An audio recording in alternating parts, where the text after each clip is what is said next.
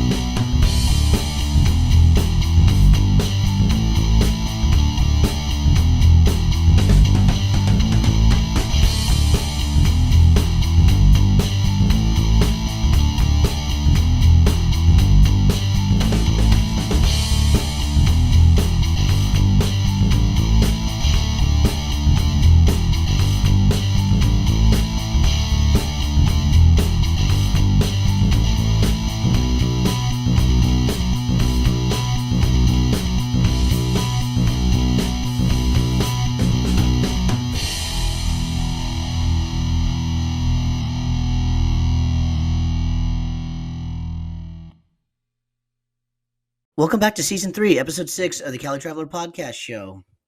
How have you been? I hope you are doing well. I'm happy to say that I have finally finished off the semester, finished all my projects in UI UX design, lighting, and website and application design. And I'm really excited to share with you about my final project for website application and design. Final project was designing an application. We could either create an application based on a company that exists, or we could create our own idea. I created an application with my very own idea. So stay tuned in the future for more information once it's released, because I do plan to publish it, and it will be available on both iOS and Android. Now on to the show. Before I get started, I would like to dedicate this episode to my family, my friends, my teachers, and my colleagues for always believing in me and helping me to get to where I am today. I would also like to give a special dedication to my father for always being there for me and showing me faith and pushing me towards my goals and dreams. Without him, I wouldn't be who I am. This episode will be a little different than previous episodes. I have always talked about different subjects and had on many guests. For those of you who don't know, my birthday is on the 22nd of March. This year, I turned 29 years old. It's so crazy that I'm in the last decade of my 20s, and I will be 30 next year. This past week, out of curiosity and honestly out of boredom, I decided to do some research on the year that I was born, 1993. And surprisingly, I found a lot of interesting facts about that year, which I will share with you in today's episode. On the day that I was born, Intel introduced the first Pentium processor in computers. So we're all familiar with Intel Core i3, i5, i7, and i9. Well, in the early 90s, Pentium processors were the state-of-the-art processor. Pretty exciting to know that this major piece of technology launched on the day that I was born. That processor was like a dinosaur. And speaking of dinosaurs, this comes to our next fact. Jurassic Park was the highest grossing movie at the box office in 1993, bringing in a total of $914.6 million. Other notable films that grossed at the box office in 1993 included Mrs. Doubtfire, which is my favorite Robin Williams movie, and it was filmed in San Francisco. Maybe in the future I'll do and Schindler's List. I recommend everyone see this so that we never forget what had happened. Television was also exciting in 1993. Many shows that have pop culture significance in 2022 premiered in 1993. Some of these shows include Mighty Morphin Power Rangers, Go Go Power Rangers, Beavis and Butthead, Rocko's Modern Life, Bill Nye the Science Guy, Boy Meets World, and The X-Files. I remember The X-Files had some great music in its episodes, and in music for 1993, many amazing albums came out that year. Nirvana's last album, In Utero, came out in 1993, and some of the well-known tracks from that album include Heart-Shaped Box, Frances Farmer will have her revenge on Seattle. Pearl Jam's Versus also came out in 1993. Daughter is the well-known track of Versus and is the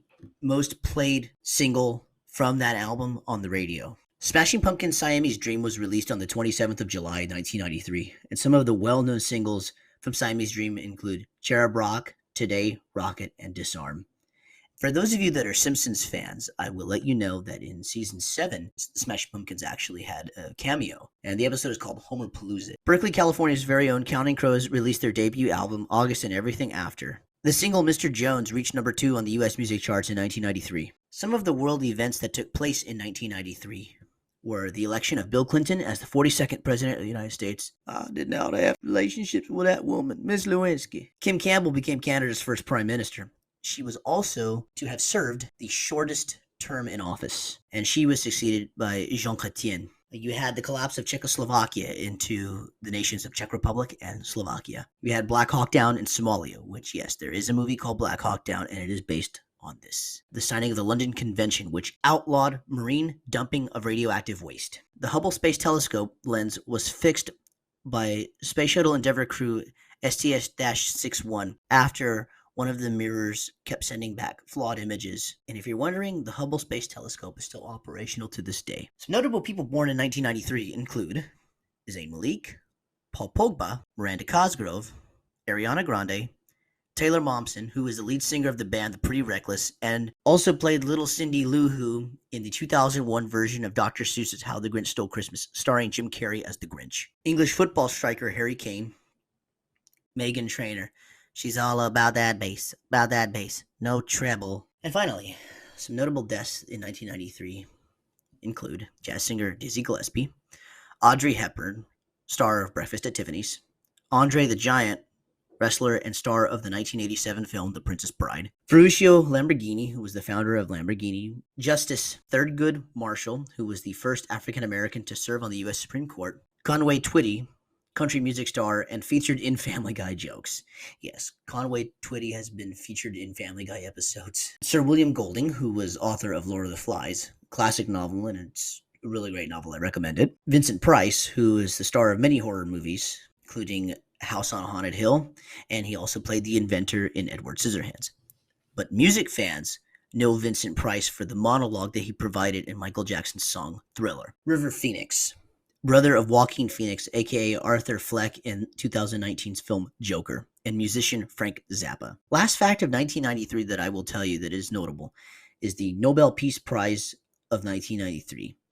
And this prize went to Nelson Mandela and F.W. de Klerk. Nelson Mandela was the first democratically elected president of the Republic of South Africa, and F.W. de Klerk was the last state president of apartheid-era South Africa. They were rewarded the Nobel Peace Prize for their work for the peaceful termination of the apartheid regime and for laying the foundations for a new democratic South Africa. Apartheid would be dismantled in 1994, with Nelson Mandela becoming the first president of the Republic of South Africa. With all these facts, 1993 was a very eventful year, and one that has shaped the world for decades to come. I am forever happy to have been born in an amazing year, and I'm forever grateful for all of you.